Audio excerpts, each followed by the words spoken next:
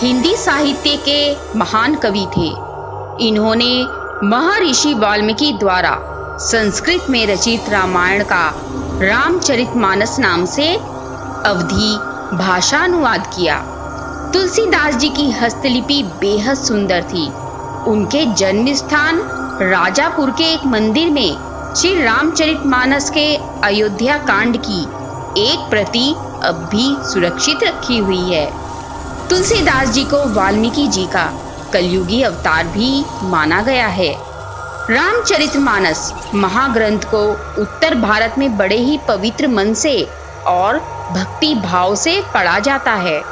रामचरितमानस को विश्व के 100 सर्वश्रेष्ठ लोकप्रिय काव्यों में से 46वां स्थान दिया गया है।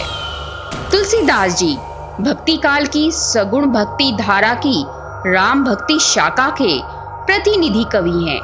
तुलसीदास संपूर्ण जीवन परिचय बेहद ही रोचक है। तुलसीदास जी के जन्म के बारे में मतभेद है। कुछ लोग इनका जन्म सोरो शुक्र क्षेत्र एटा उत्तर प्रदेश में, जो अब कासगंज के नाम से जाना जाता है, और कुछ विद्वान इनका जन्म राजापुर जिला बांदा, जो अब चित्रकूट के नाम से जाना जाता है, और कुछ विद्वान तुलसीदास जी का जन्म स्थान राजापुर को मानते हैं। उत्तर प्रदेश के चित्रकूट जिले के अंतर्गत राजापुर एक गांव में संवत 511 के श्रावण मास के शुक्ल पक्ष की सप्तमी तिथि के दिन अभुक्त मूल नक्षत्र में पंडित आत्माराम शुक्ल और तुलसी दंपति के यहाँ तुलसीदास जी का जन्म हुआ। ऐसा कहा जाता है कि तुलसीदास 12 महीने तक मां के गर्भ में रहने के कारण अत्यधिक हष्ट पुष्ट पैदा हुए और उनके मुख में दांत दिखाई दे रहे थे, और वे सामान्य बच्चे के समान जन्म के समय रोए नहीं, बल्कि जन्म लेने के साथ ही उन्होंने राम नाम का उच्चारण किया, जिससे उनका नाम राम बोला पड़ गया। तुलसीदास जी अभुक्त मूल नक्षत्र में पैदा हुए, जिस कारण ज्योतिषियों ने बताया कि वे अपने माता पिता के लिए अशुभ हैं और उनके ऊपर संकट रहेंगे। उनके जन्म के दूसरे दिन ही मां का निधन हो गया और पिता ने कोई और अनिष्ट ना हो, इससे बचने के लिए राम बोला को चुनिया नाम की एक दासी को सौंप दिया और स्वयं विरक्त हो गए। चुनिया दासी ने राम बोला का पालन पोषण अपने बच्चे के समान किया, परंतु जब राम बोला 5.5 वर्ष का हुआ तो चुनिया भी उसे छोड़कर भगवान के पास चली गई और राम बोला गली गली भटकता हुआ अनाथों की तरह जीवन जीने को विवश हो गया। राम बोला बिल्कुल अकेले रह गया। राम शैल पर रहने वाले श्री आत्मानंद जी के प्रिय शिष्य श्री नरहरियानंद जी, जो कि नरहरि बाबा नाम से जाने जाते हैं, उन्होंने राम बोला को अपने आश्रम में शरण दी और राम बोला का नाम बदलकर तुलसी राम रख दिया और उन्हें अपने साथ लेकर अयोध्या आ गए। वहां पर श्री नरहरियानंद जी ने तुलसी राम का यज्ञोपवीत संस्कार संपन्न किया। संस्कार के समय राम बोला ने बिना किसी के सिखाए गायत्री मंत्र का स्पष्ट उच्चारण किया। यह देखकर वहां उपस्थित सब लोग चकित रह गए। इसके बाद नरहरि बाबा ने तुलसी राम के वैष्णवों के 5 संस्कार करके राम मंत्र की दीक्षा दी और विद्या अध्ययन कराया। तुलसी राम बहुत ही प्रखर बुद्धि के थे। वह जो भी गुरु मुख से एक बार सुन लेते थे, उन्हें तुरंत ही कंठस्थ हो जाता था। ज्येष्ठ शुक्ल त्रयोदशी गुरुवार संवत 1583 को 21 वर्ष की आयु में राजापुर से थोड़ी ही दूर यमुना के उस पार स्थित गांव के पंडित दीनबंधु पाठक की अति सुंदर और बुद्धिमान पुत्री रत्नावली के साथ उनका विवाह संपन्न हुआ। रत्नावली का गौना नहीं हुआ था, इसीलिए तुलसीराम काशी चले गए और शेष सनातन जी के पास रहकर वेद वेदांग की शिक्षा में जुट गए। एक दिन तुलसीराम को अपनी पत्नी रत्नावली की बहुत याद आने लगी। वह एकदम से व्याकुल हो गए और अपने गांव राजापुर वापस आ गए, क्योंकि रत्नावली का गौना नहीं हुआ था और वह अपने मायके रह रही थी। परंतु तुलसीराम रत्नावली के प्रेम में इस कदर पागल हो गए कि वह रात के घने अंधेरे में उफनती यमुना नदी को पार करके अपने ससुराल पहुंच गए और सीधे रत्नावली के शयन कक्ष में पहुंच गए। रत्नावली इतनी रात में तुलसीराम को अपने कमरे में अकेला देखकर चौंक गई और तुलसीराम से लोकलाज के भय से आग्रह करने लगी कि वह चुपचाप वहां से चले जाएं।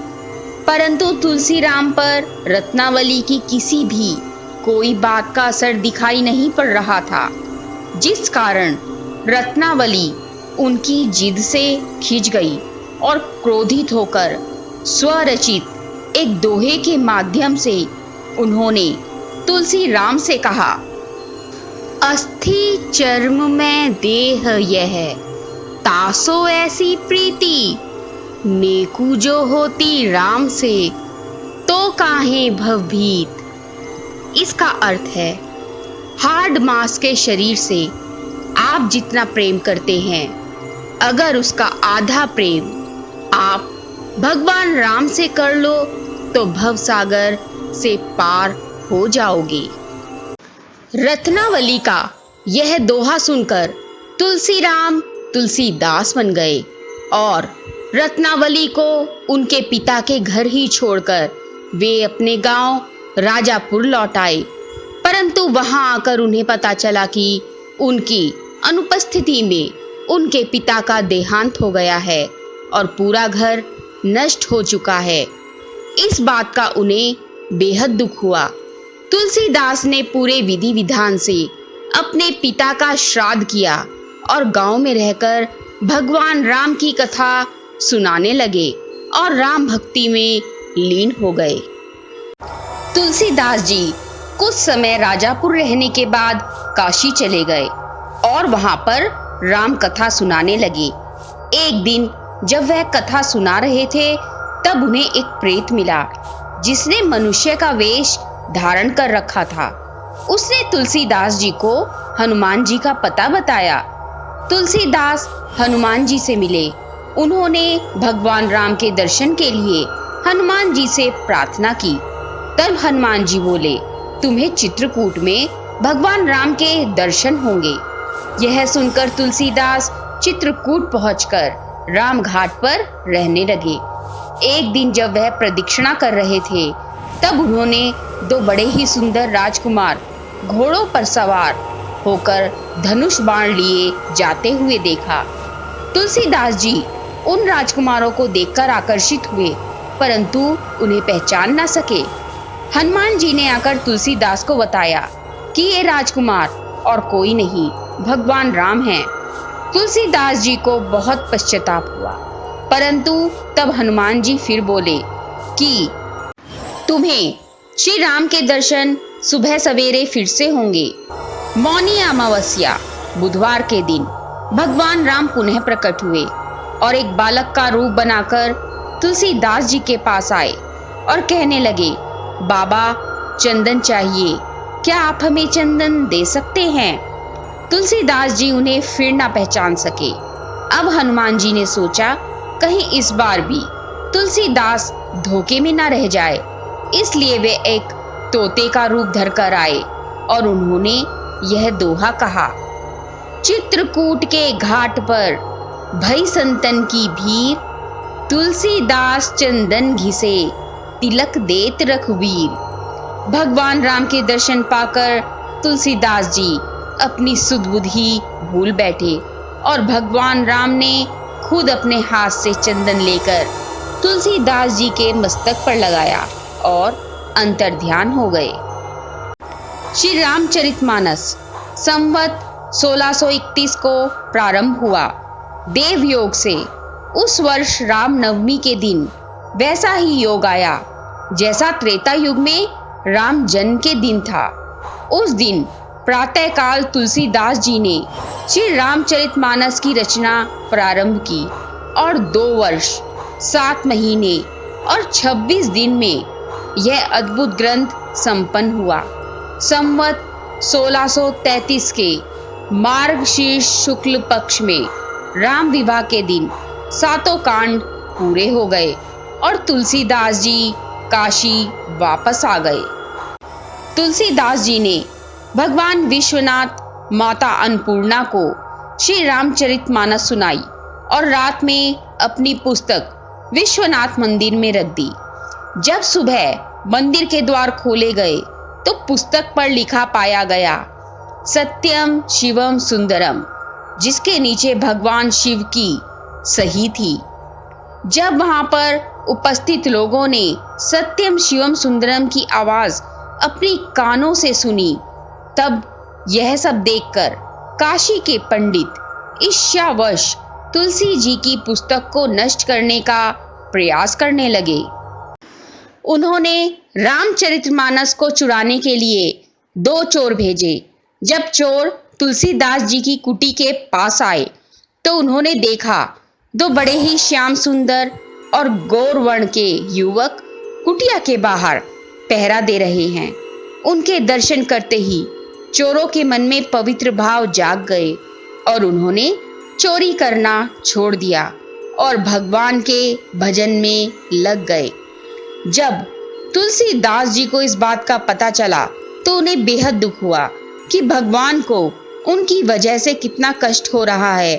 उन्होंने अपनी कुटिया का सारा सामान सबको बांट दिया और अपनी पुस्तक अपने मित्र टोडरमल, जो अकबर के 9 रत्नों में से एक थे, उनके यहाँ रखवा दी और उसके बाद अपनी विलक्षण बुद्धि द्वारा उन्होंने इसकी दूसरी प्रतियां लिखी और इस प्रकार पुस्तक का प्रचार दिनों दिन बढ़ने लगा।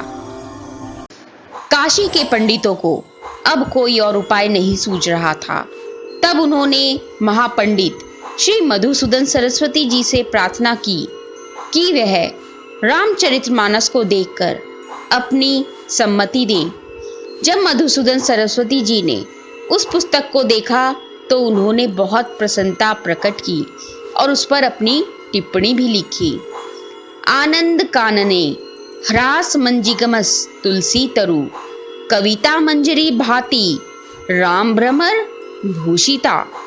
इसका अर्थ इस प्रकार है, काशी के आनंद वन में तुलसीदास साक्षात तुलसी का पौधा है। उसकी काव्य मंजरी बड़ी ही मनोहर है, जिस पर श्री राम रूपी भंवरा सदा मंडराता रहता है। परंतु पंडितों को अब भी संतोष नहीं मिल पा रहा था, अतः उन्होंने परीक्षा लेने का एक और उपाय सोचा और विश्वनाथ मंदिर में भगवान विश्वनाथ के सामने सबसे ऊपर वेद, उसके नीचे शास्त्र, शास्त्रों के नीचे पुराण और सबसे नीचे रामचरितमानस को रख दिया। और जब सुबह प्रातःकाल मंदिर के कपाट खोले गए तो अद्भुत नजारा देखा कि रामचरितमानस, जो कि सबसे नीचे रखी हुई थी, वह अब सबसे ऊपर रखी हुई थी।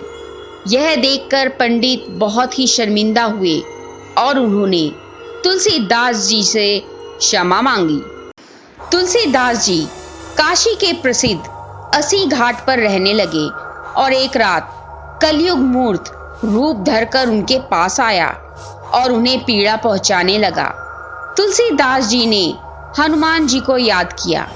हनुमान जी ने उन्हें दर्शन दिए और उनसे प्रार्थना के पद रचने के लिए कहा। तब तुलसीदास जी ने अपनी अंतिम कृति विनय पत्रिका लिखी और उसे भगवान के चरणों में समर्पित कर दिया, जिस पर भगवान राम ने स्वयं हस्ताक्षर किए और तुलसीदास जी को अभय का वरदान दिया। अपने 126 वर्ष के जीवन काल को पूर्ण करते हुए तुलसीदास जी संवत 1680 में श्रावण कृष्ण तृतीया शनिवार को राम राम कहते हुए अपना शरीर परित्याग किया। हनुमान चालीसा तुलसीदास जी की अवधि में लिखी एक काव्यात्मक कृति है, जिसमें प्रभु राम के महान भक्त हनुमान के गुणों का एवं कार्यों का वर्णन 40 चौपाइयों में है। 40 शब्द से अभिप्राय है 40, क्योंकि इस स्तुति में परिचय के 2 दोहे को छोड़कर 40 छंद हैं। यह अत्यंत लघु रचना है, जिसमें पवन पुत्र श्री राम जी की सुंदर स्तुति की गई है।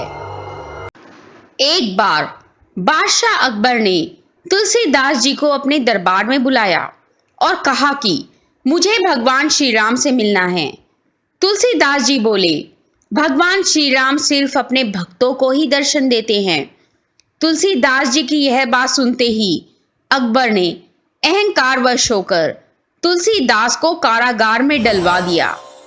कारावास में रहकर ही तुलसीदास जी ने अपनी अवधी भाषा में हनुमान चालीसा लिखी। कहते हैं, जैसे ही तुलसीदास जी ने हनुमान चालीसा पूर्ण की, वैसे ही पूरी फतेहपुर सीकरी को बंदरों ने घेर कर आक्रमण कर दिया। बादशाह अकबर की फौज भी बंदरों का आतंक रोकने में नाकामयाब रही। अकबर को अपनी गलती मानकर तुलसीदास जी को कारागार से मुक्त करना पड़ा, और जैसे ही तुलसीदास जी को कारागार से मुक्त किया गया, उसी समय बंदर सारा इलाका छोड़कर वहां से चले गए। लगभग 400 वर्ष पूर्व तुलसीदास जी ने अपनी कृतियों की रचना की थी। यह कृतियां इस प्रकार से हैं: रामचरितमानस, रामललाछू, वैराग्य संदीपनी, बरवे रामायण, पार्वती मंगल, जानकी मंगल, रामाज्ञा प्रश्न, दोहावली, कवितावली, गीतावली, श्री कृष्ण गीतावली, विनय पत्रिका, सत्सई, छंदावली रामायण, कुंडलिया रामायण, रामशलाका, संकट मोचन, करखा रामायण, रोला रामायण, झूलना, 56 रामायण, कवित रामायण, कली धर्म निरूपण, हनुमान चालीसा। इसी तरह की अन्य बातें, उपाय और व्रत कथाएं जानने के लिए आप हमारा चैनल वास्तुशास्त्र सब्सक्राइब करें और इसे शेयर करना और लाइक करना ना भूलें। नमस्कार।